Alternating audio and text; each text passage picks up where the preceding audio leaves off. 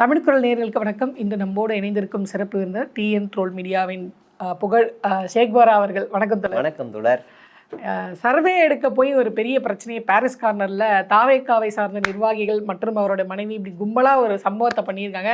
திமுகவுடைய ஆளுங்கட்சி அதிகாரத்தை கையில் வச்சுட்டு இந்த மாதிரி எங்களை தாக்குறாங்க அப்படின்னு அந்த கட்சியோட தலைவர் அரிதிலும் அரிதாக ஒரு கண்டனம் வேறு தெரிவிச்சாரு. ஆனால் அப்பயும் ப்ரெஸ் மீட் வைக்கல. வழக்கம் போல இதுவாக தான் வந்திருக்கு தகவல் மாதிரி. உயிர் போனாலே வரமாட்டாரு, அடிதானே? இல்ல அவங்க கட்சி ஆளுங்க அடி வாங்கியிருக்காங்க. அவங்க கட்சி ஆளுங்க உயிர் போனாலே வரமாட்டாரு. உண்மையிலே அவங்க அடி வாங்கியிருக்காங்களா? திமுக சார்ந்தவர்கள் தாக்கி இருக்காங்களா? என்ன நடந்தது? ரெண்டு பேருமே ஒருத்தருக்கு ஒருத்தர் அடிச்சுக்கிட்டாங்க. ரெண்டு பேர் சைடும் அடி விழுந்துருக்கு. ரெண்டு பேர் சைடும் தப்பும் இருக்கு. நான் எனக்கு அவங்கள நியாயப்படுத்துன்னு அதெல்லாம் இல்லை. ரெண்டு பேர் மேலேயும் தப்பு இருக்கு.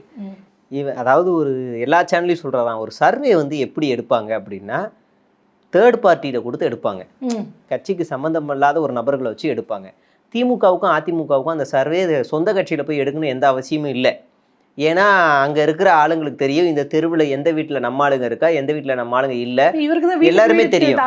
அதான் சர்வே எடுக்காருன்னு தெரியல, எல்லா வீட்டுக்கும் தெரியும். இப்போ மாடி வீட்டில் யார் இருக்கா, பக்கத்து வீட்டில் யார் இருக்கா, மேக்சிமம் அந்த கேட்லேயே உதயசூரியன் இருக்கும், இல்லை இரட்டையில இருக்கும், இல்லை அந்த கட்சியோட சின்னம் இருக்கும், ஏதோ ஒன்று இருக்கும், எல்லாமே இருக்கும். அது இல்லாமல் அவங்க தேர்ட் பார்ட்டி வச்சு ஏற்கனவே எடுத்து வச்சிருக்காங்க இந்த தெருவில் இத்தனை ஓட்டு நமக்கு இருக்கு அப்படின்னு. அப்போ இவங்களுக்கு இல்லை அப்படின்னா நீங்கள் என்ன பண்ணணும்னா, எந்த அடையாளமும் இல்லாமல் நாங்கள் இந்த மாதிரி ஒரு என்ஜிஓல இருந்து வரோம், இல்லை நாங்கள் இப்படி பொதுவான இடத்துல ஒரு சர்வே எடுக்கிறோம் அப்படின்னு போய் சர்வே எடுக்கணும். போகும்போதே கேள்வி, உங்களுக்கு விஜய் பிடிக்குமா அப்படின்னு கேட்டா இதுக்கு பேர் சர்வே இல்லை தம்பி, வாக்கெடுப்பு.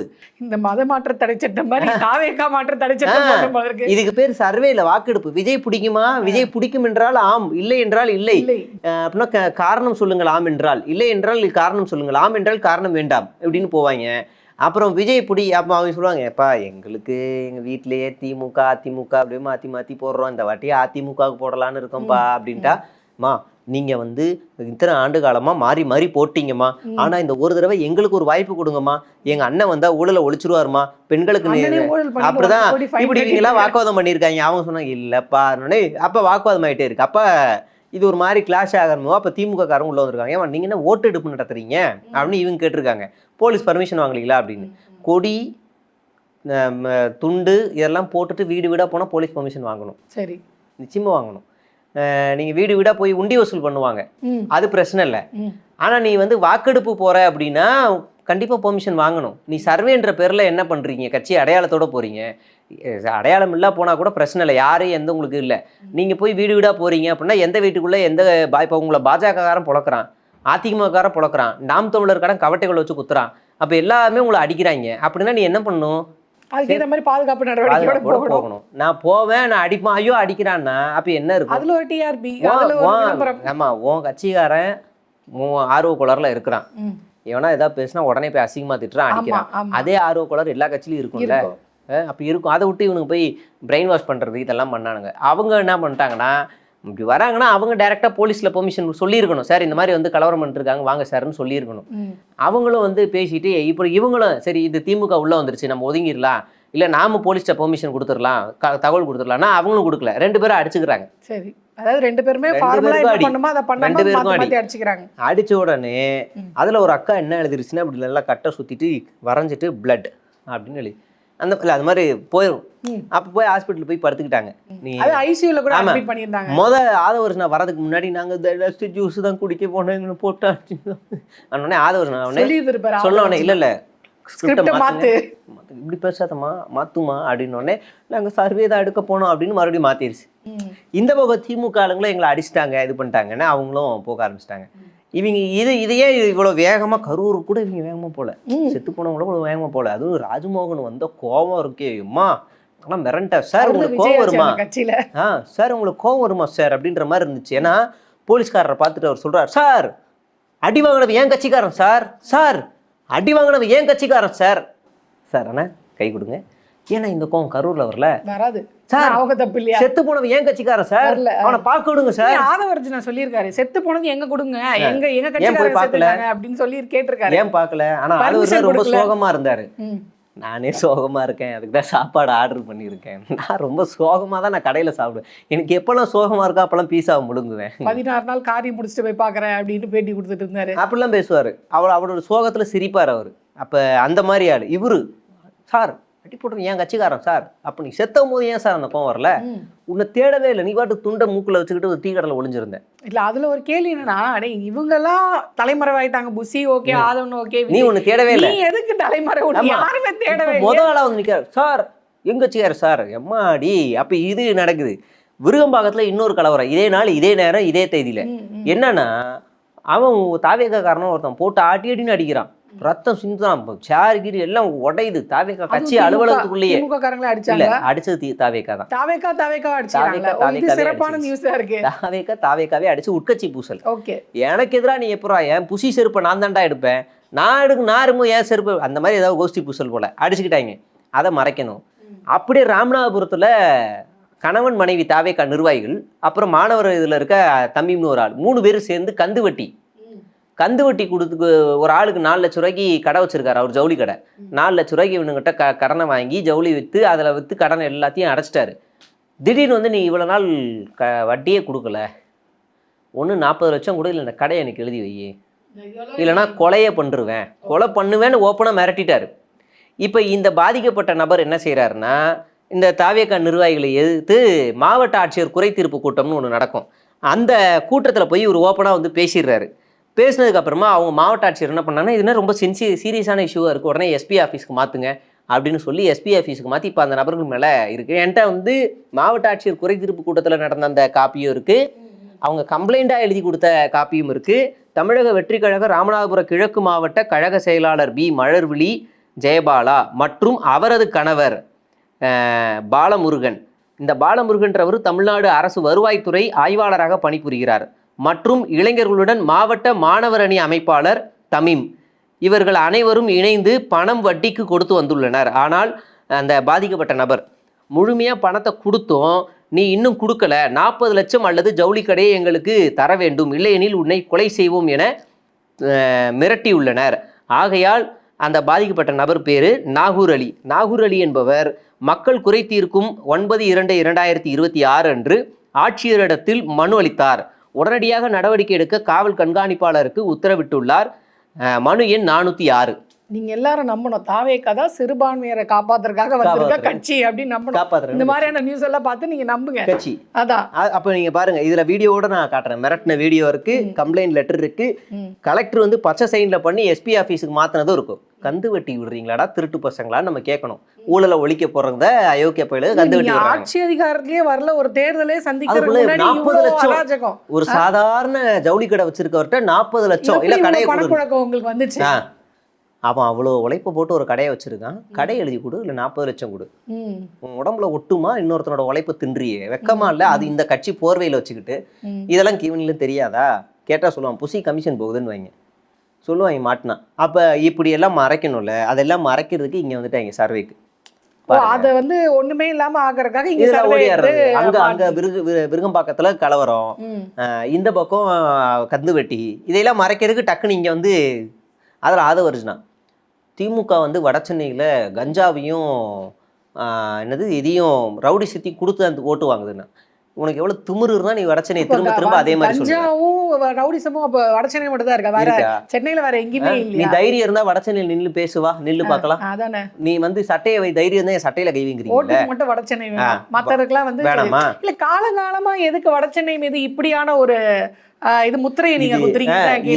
எல்லா இடங்கள்லயுமே கஞ்சா புழக்கம் இருக்கு, அரசாங்கம் நடவடிக்கை எடுத்துட்டு தான் இருக்கு. இப்ப வர தேர்தல் வாக்குறுதியில விஜயன் ஆட்சிக்கு வந்து ஒரு 2 மாசம் வச்சுக்கிட்டோம், 2 மாத காலத்திற்குள் தமிழ்நாட்டில் 1% கூட கஞ்சா புழக்கம் இருக்காது அப்படின்னு எழுதி கொடுப்பாரு. ஒரு இப்போ இது வருது இல்ல, மேனிஃபெஸ்டோல எழுதி கொடுப்பாரு, சொல்ல வேண்டியதானே. விஜயன் ஆட்சிக்கு வந்ததுக்கு அப்புறம் ஒரு குற்ற சம்பவம் கூட நடக்கவே நடக்காது, ஒரு குற்ற சம்பவமும் நடக்காது. அப்படி நடந்தால் அண்ணன் அப்போதே தவறான முடிவை எடுத்துக்கொள்வார், ஆமா பதவி ராஜினாமா செய்து எடுத்து விடுவார் அப்படின்னு சொல்லுவாரா? அப்ப நம்ம இதெல்லாம் கேட்கணும், இதான் சொல்லணும். அண்ணன் வந்த உடனே நீட்டை மாநில அரசாங்கத்துக்கு எதிராக தமிழ்நாட்டை தனி நாடாகவே அறிவித்து விடுவார் அப்படின்னு சொல்லுவாரா? பாப்போம் என்ன செய்யறாருன்னு பாப்போம். தேர்தல் அறிக்கையில சொல்லிட்டு இருக்காரு, ஒண்ணுத்துக்கும் லாய்க்கு இல்லை, இப்படிதான் பேசுவாங்க. அப்ப இந்த உருட்டுறதுதான் இவங்க வந்துகிட்டு இருக்காங்க, ரெடியாகி வந்துட்டு இருக்கானுங்க. இதை நம்பி இவங்க போயிட்டு அண்ணா வந்தா ஊழலை ஒழிச்சிருவாரு, அண்ணன் முதல்ல வரியை கட்ட சொல்லு, அண்ணன் ஃபைனே கட்டாம இருக்காரு, 1.5 கோடி ஊழலுக்கு ஃபைன் கட்டணும், அண்ணன் ஒழுக்கமா அதை கட்ட சொல்லு. ஜட்ஜி வந்து என்ன குட்டி இருக்காரு, நீங்க எல்லாம் வந்து சமூகத்துல பெரிய ஆளு, நீங்க எல்லாம் முன்னுதாரணமா இருக்கணும், நீங்களே இப்படி பண்ண திருட்டுத்தனம் பண்ணா என்ன கதை அப்படின்னு அவரே திட்டியிருக்காரு. மறுபடியும் அது இது தாக்கல் பண்ணி விட்டாங்க. அப்பயாவது கட்டி தொலைணும். இப்போ மேல்முறையீடுக்கு மனு தாக்கல் பண்றேன். விஜயை பொறுத்தவரை என்னன்னா, அதாவது ஊழலற்ற ஆட்சி தான் நான் கொடுப்பேன், ஆனா நான் ஊழல் பண்ணுவேன், ஏன்னா என் பேச்ச நானே கேட்க மாட்டேன் அப்படின்ற மாதிரி தான் பண்ணிட்டு இருக்கேன். ஏன்னா இதுல புரியல எனக்கு, நீ ஊழலற்ற ஆட்சிங்கிற, ஆனா நீ ஊழல் பண்ணுவாங்கிற, அதுல ஃபைன் வர. அதுக்கு அவர் சொல்ற காரணம் தான் எனக்கு இன்னும் ஏத்துக்க முடியல. ஒண்ணு நான் பண்ணலன்னு சொல்லு, ஊழல் பண்ணல, இல்ல பண்ணேன்னு சொல்லி ஒத்துட்டு கட்டிடு. இது ரெண்டுமே இல்லாம எனக்கு லேட்டா நீங்க ஃபைன் போட்டீங்க அதனால கட்ட முடியாது அப்படின்னு சொல்றது எதுல சேர்த்துக்கிறதே புரியல. அது 2015-16 வந்த இதுக்கு 2016-17 அவர் வந்து மேல்முறையீடு போகணும். தாமிக வந்து நான் ரொம்ப ரெக்வஸ்டா கேட்கிறேன், இந்த வழக்கு உச்சநீதிமன்றத்துக்கு கொண்டு போங்க, வரி ஏய்ப்பு இருக்கா இல்லையா காட்ட சொல்லுங்க. சிபிஐ விசாரணை போடணும். ஆமா, ஆதவர்ஷனாவை தரித்திரம் பிடிச்ச மாதிரி கூட கூட்டு போங்க. அன்னைக்கு இன்னொரு வழக்கா சிபிஐக்கு மாத்தி விட்டுருவாரு, இன்னொரு வழக்கு என்னையும் தூக்கி உள்ள போட வச்சிருவாரு. அப்படி சூப்பரா கொத்தடிமையோட மோசமான நிலைக்கு நீங்க தள்ளப்படணும்னு என்னுடைய வாழ்த்துக்களை நான் தெரிவிச்சுக்கிறேன். இந்த ஜனநாயகம் வந்து தேர்தல் சமயத்துல வரும், வாபஸ் வாங்கிட்டாங்க. ஆமா, அதான் கேஸை வாபஸ் வாங்கிட்டாங்க. இப்போ இதுக்கு வந்து அது போக போகுது, அது இன்னும் சீக்கிரத்துல ரிலீஸ் ஆகும்னு சொல்லப்படுறாங்க. ஏற்கனவே நீங்க தான் ரிலீவ் பண்ணீங்க, எனக்கு தெரிஞ்சு தேர்தல் வரக்கூடிய அந்த சமயத்துல ரிலீஸ் ஆகும், அப்ப அது ஒரு பரப்புரையா இருக்கும் அப்படின்னு நீங்க தான் ரிலீவ் பண்ணீங்க. போற போக்க பார்த்தா அப்படிதான் நடக்கும் போது. ஆனா இப்போ தினமலர்ல நான் ஒரு நியூஸ் படிச்சேன், அதுல என்ன சொல்றாங்க அப்படின்னு பாத்தீங்கன்னா, இது பாஜக வந்து ஒரு டீலிங் போட்டிருக்கு. என்ன டீலிங் அப்படின்னா, தாவேகா வந்து காங்கிரஸ் கூட கூட்டணி போகக்கூடாது, அப்படி நீங்க காங்கிரஸ் கூட கூட்டணிக்கு போகாம இருந்தா உனக்கு நான் வந்து படத்தை ரிலீஸ் பண்றேன். ஸோ அதனால தான் இன்றைக்கி வந்து திமுகவுடைய தலைவர் ஸ்டாலின் அவர்கள் வந்து ஆட்சியில் பங்கு இல்லை, அதிகாரத்தில் பங்கு இல்லைன்னு இவர் ஸ்ட்ராங்காக பேசுறதுக்கு காரணம் என்னென்னா, திமுக வந்து காங்கிரஸ் கூட கூட்டணி வைக்கக்கூடாதுன்னு அமித்ஷா ரொம்ப ஸ்ட்ராங்காக சொல்லிட்டாரு. அந்த ஸ்ட்ராங் அக்செப்டன்ஸ் தான் இந்த ஜனநாயக ரிலீஸ்ன்றாங்க. இது எந்த அளவுக்கு உண்மையாக இருக்கும்? ஏன்னா நீங்கள் தான் விஜய் வந்து இது பண்ணுறதுல ரொம்ப. விஜய் அண்ணன்ட்ட காங்கிரஸ் வந்து காலில் பிடிச்சி எங்களை கூட்டணிக்கு சேர்த்துக்கோங்க ப்ளீஸ் கெஞ்சி கேட்குறோம், எங்களை கூட்டணிக்கு சேர்த்துக்கோங்கன்னு காங்கிரஸ் கெஞ்சுற மாதிரியும், விஜய் அண்ணா தான் அவங்கள வந்து கொஞ்சம் வெயிட் பண்ணுங்க, எனக்கு உங்களை பற்றி எனக்கு வெயிட் பண்ணுங்க அப்படின்னு இவர் என்னமோ ஹோல்டிங்கில் வச்சிருக்க மாதிரியும், இதை பார்த்து பாஜக மோப்பம் முடிச்சு இந்த கட்டுரை எழுதின மாதிரி இருக்கு. காங்கிரஸ் தாவேக்காவை வச்சு ஜாலியா உருட்டி விளையாடிட்டு இருக்கு, ஜாலியா விளையாடிக்கிட்டு இருக்கு. வரியா என்ன 2 சீட்டா 3 சீட்டா, ஆட்சியில பங்கு தெரியா, 20 பத்தாதே 30 தெரியா, தரனே 30 பத்தாது 40 தெரியா, 70க்கே தரனே இப்ப 100 தருவியா, 100 தானே தரனே அப்படின்னு அவங்க கெஞ்சிக்கிட்டு இருக்காங்க தாவேக்கா. காங்கிரஸ் 100 பத்தாது 110 தருவியா, இவங்க ஜாலியா பேரம் பேசி விளையாடிட்டு இருக்காங்க. எதுக்குன்னா இந்த பேரத்தெல்லாம் அங்கேயும் மாட்டாங்க. பாத்தீங்களா 100 தரான்றானா, நீங்க என்ன சொல்றீங்க? அப்ப பாருங்க 120 சொல்றான் பாருங்க, இதுக்கு என்ன சொல்றீங்க? இவங்க விளையாடிட்டு இருக்காங்க. இது புரிஞ்சுக்காம தினமலர் அவங்க வந்து வேற மாதிரி எழுதுறாங்க. ஆஹா, நம்ம அதெல்லாம் பார்த்து அவங்க நீங்க வந்து சிரிப்பிதழ் வார ஒரு சிரிப்பிதழ் வருமே தினமலர்ல, அதுல படிச்சீங்களா? மெயின் கட்டுரை. ஒருவேளை அந்த தினமா செய்தி எழுதுறவர் லீவ் போட்டிருப்பாரு, அதனால இந்த சிரிப்பு எழுதுறவர் இதுல எழுத விட்டுருப்பாங்கன்னு நினைக்கிறேன்.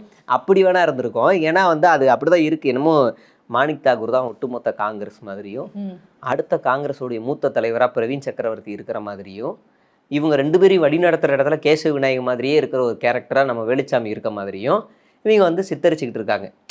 ஆனா என்னன்னா, இந்த 3 பேருமே டம்மின்னு யாருக்கும் தெரியாது. இந்த 3 பேரும் டம்மின்னு யாருக்கும் தெரியாது.